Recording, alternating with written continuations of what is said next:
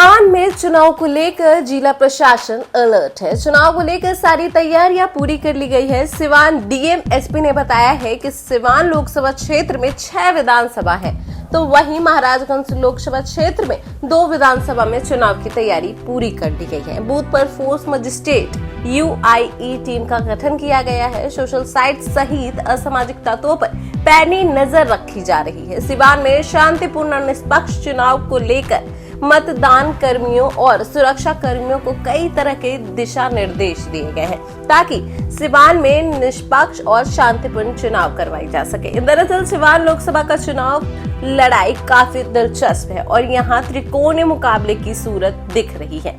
आपको बता दें कि बिहार में छठे चरण के लोकसभा चुनाव में सबसे अधिक हॉट सीट अगर कोई है तो वो सिवान है। यहाँ एनडीए से जेडीयू के विजय लक्ष्मी कुशवाहा, महागठबंधन से आरजेडी के पूर्व विधानसभा अध्यक्ष अवध बिहारी चौधरी और निर्दलीय मैदान में उतरी पूर्व सांसद मोहम्मद शहाबुद्दीन की पत्नी हिना शहाब के बीच टफ फाइट कही जा रही है। त्रिकोणीय लड़ाई में जहां हिना शहाब की मौजूदगी ने एनडीए के कैंडिडेट की मुश्किल बढ़ा दी है, वहीं महागठबंधन से आरजेडी कैंडिडेट अवध बिहारी चौधरी अपने जातीय समीकरण से मजबूत लड़ाई लड़ने की तैयारी पुख्ता कर रहे हैं। दरअसल सिवान लोकसभा क्षेत्र में सिवान, बड़हरिया, दरौंदा, जीरादेई, रघुनाथपुर और दरौली विधानसभा सीट शामिल है। सिवान में करीब 24 लाख की आबादी में सिवान लोकसभा सीट पर करीब 18 लाख मतदाता हैं। इनमें 9,85,125 पुरुष और 7,90,829 महिला मतदाता हैं। जातीय समीकरण पर नजर डाले तो यहाँ मुस्लिम लगभग 3 लाख, यादव लगभग 2.5, वहीं कुशवाहा वोटर्स की संख्या लगभग 1.25 लाख है, जबकि सहनी 80,000 के आसपास है। दूसरी ओर स्वर्ण जातियों के मतदाताओं की संख्या लगभग 4 लाख, ईबीसी 2.5 लाख है। अगर जातीय समीकरण के लिहाज में देखें तो मुकाबला सीधे तौर पर त्रिकोणीय दिख रहा है। वहीं राजनीति के जानकार कहते हैं कि अंत तक यहाँ मुख्य मुकाबला हिना शहाब और विजय लक्ष्मी कुशवाहा के बीच के सिमट जाएगा।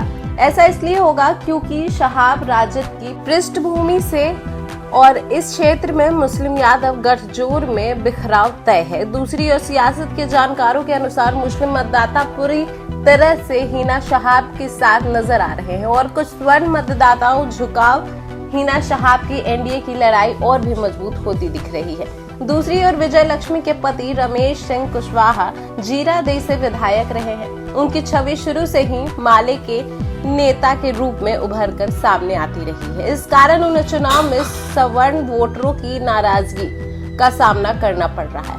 विजय लक्ष्मी के पास राजनीतिक अनुभव की कमी भी और उनके लिए मुश्किल पैदा कर रही है। वहीं चुनाव में हिना ने काफी सूझबूझ दिखाई है। वह सर्वधर्म को समभाव के साथ लेकर चलने का प्रयास कर रहे हैं। वह हिंदू और मुस्लिम मतदाताओं के साथ शुरू से ही जुड़ने का प्रयास कर रही हैं। वहीं बता दें कि दूसरी ओर आरजेडी कैंडिडेट अवध बिहारी चौधरी यादव जाति से आते हैं। इस बार हिना शहाब के खड़े होने से यादव उनके साथ है, लेकिन मुस्लिम राजद से अलग जाता दिख रहा है। बावजूद इसके आरजेडी जातिगत गोटी सेट करने के लिए जी तोड़ मेहनत कर रही है।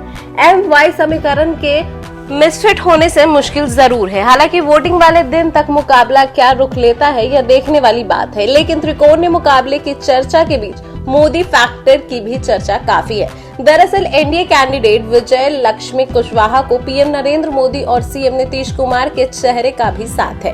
खास बात है कि इस बार के लोकसभा चुनाव में कोई भी स्थानीय मुद्दा दिखाई नहीं दे रहा है। पीएम मोदी के नाम का बड़ा सपोर्ट है और पीएम मोदी यहाँ रैली करके भी जा चुके हैं। ऐसे में इसका फायदा एनडीए को पूरी तरह से मिलने की पूरी उम्मीद है। तीनों कैंडिडेट की तगड़ी तैयारी के बीच मुकाबला दिलचस्प बन पड़ा है। हालांकि अधिकतर सियासी जानकार यही कह रहे हैं कि अंत तक चुनाव त्रिकोणीय न होकर एनडीए और निर्दलीय के बीच ही लड़ाई होने वाला है।